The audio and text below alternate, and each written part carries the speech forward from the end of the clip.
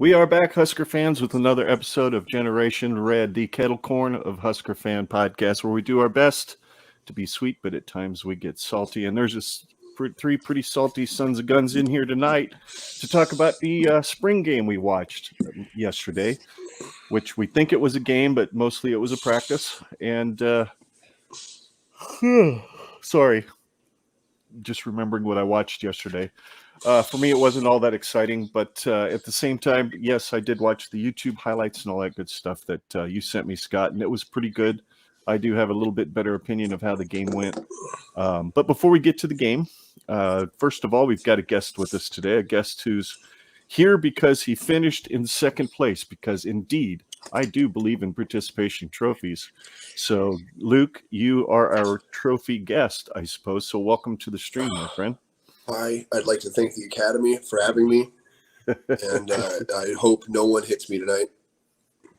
Well, we're meeting virtually, so that'd be a long damn run to your stage to smack you, so that's not going to happen.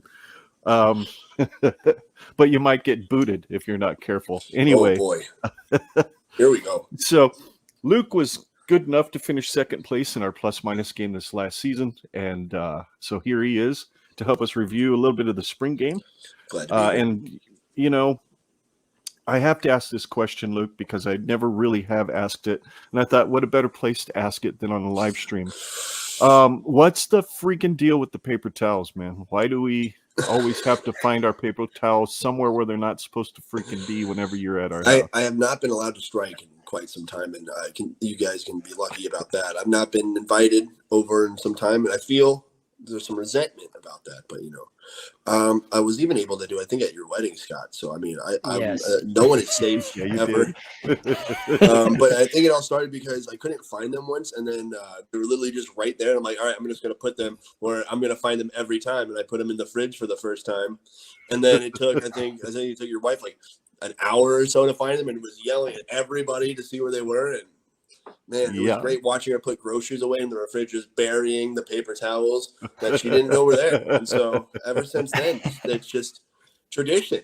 You don't mess with tradition. Yeah. Well, shoot. I'm not complaining. Yeah, for those who are listening, Luke and I have been good friends since our beginnings in the humble abode formerly known as Wendy's.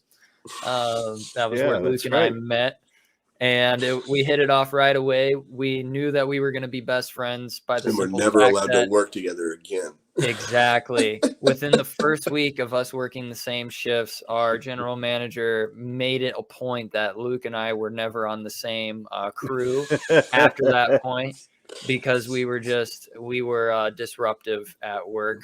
We thought it was funny, but it's very much possible that the customers were not as enthralled with our somewhat questionable humor at times. And yes, he would come over quite often, and he would purposefully leave the paper towels somewhere in the refrigerator, sometimes the freezer. He'd mix it up every once in a while. Anywhere. You can't go to the same place. That's how you know where they are. You got to find them. I couldn't find them, and now everyone can't find them. So we're all in it now.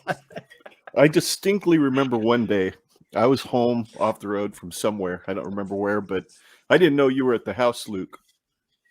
Until about 5 minutes after I got home, I heard my wife open the fridge, and then I heard right after that, Luke. So yeah, that's how I knew you were at the house. And then that generally was the MO from then on. If you were at the house, it was my wife would find the paper towels in the fridge, and that's how I found out you were at the house. So, so it's really good to have you on here, Luke. We're glad you played the plus-minus game last year, and glad to come in second. What can I say? Hey, it's a talent. You're the first second place finisher. You finished first ahead of you're third. Not first or last. That's cool. First place in some regard. Before we get to the spring game, good Lord, this last week, it was difficult to be a truck driver out there with those 65-mile-an-hour winds. I sure hope anybody who's watching or listening to this later didn't have any issues last week. I know for me, I lost part of a load, so that was fun. Somebody had to pick it up off the side of the road for me and flag me down because I had no idea. I was doing everything I could to keep the truck on the road. So You guys have any issues with wind doing what you guys do? For me, yes. I just am constantly in and out of my work truck, going in and out of apartments all the time. So I have to be very mindful that when I'm grabbing something out of the cabin of my truck, that I am holding on to the door the whole time, because there was actually an incident back around winter time last winter that we had just in stupid frozen snowfall, where it was like snow, then frozen ice, then snow, then frozen rain. Then so it was just a terrible compilation of winter weather. And when we went to go actually remove the snow, it was blowing at about 45 miles an hour. And I went to open up my door and it just went whoom and just smashed the crap out of a resident's mirror. Yeah, left them a note and got in contact with them. Left them a note. Yeah, left them a note. Contact your local maintenance man. Yeah, we had to contact them and like, hey, sorry, we smashed the living crap out of your mirror. We'll pay for that. So you should have been like, the mirror was crooked. Maintenance tried to fix it. Yeah.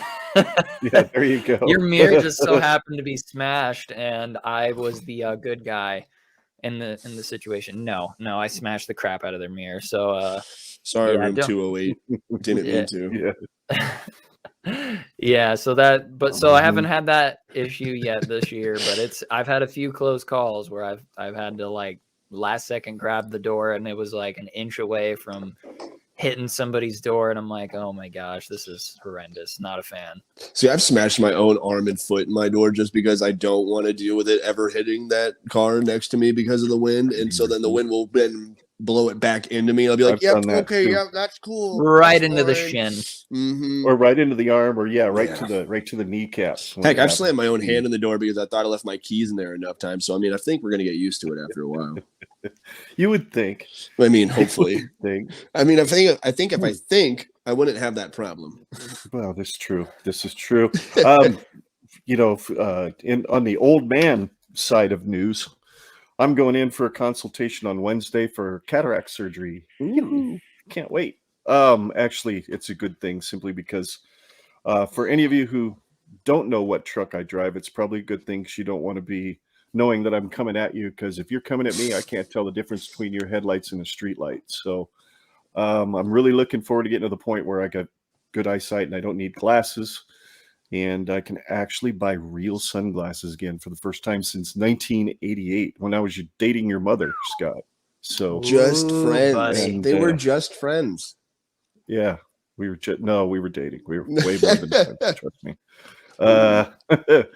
And then also being able to do this stream and look in the camera and not see the glare from the TV screen on my glasses would be nice too. So before we went to the spring game yesterday, Scott, we had a hell of a lot of fun.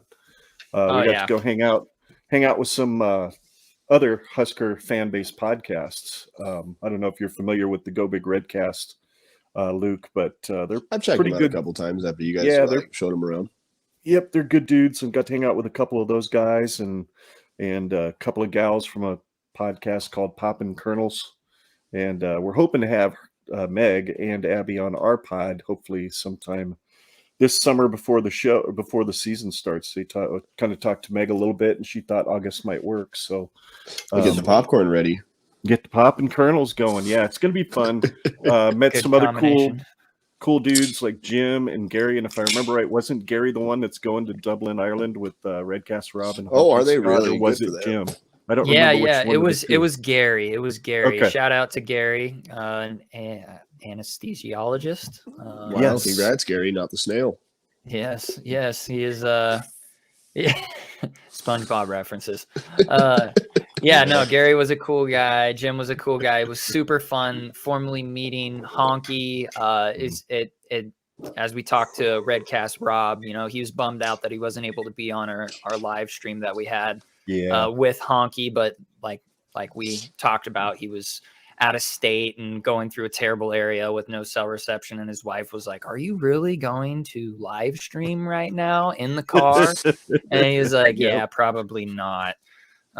Shout out to those guys. It was super fun meeting them. Honky, if you're listening, like, thank you so much for all of the positive comments that you gave us. And we look forward to collaborating with you guys some more in the future. Absolutely. That was a heck of a lot of fun. So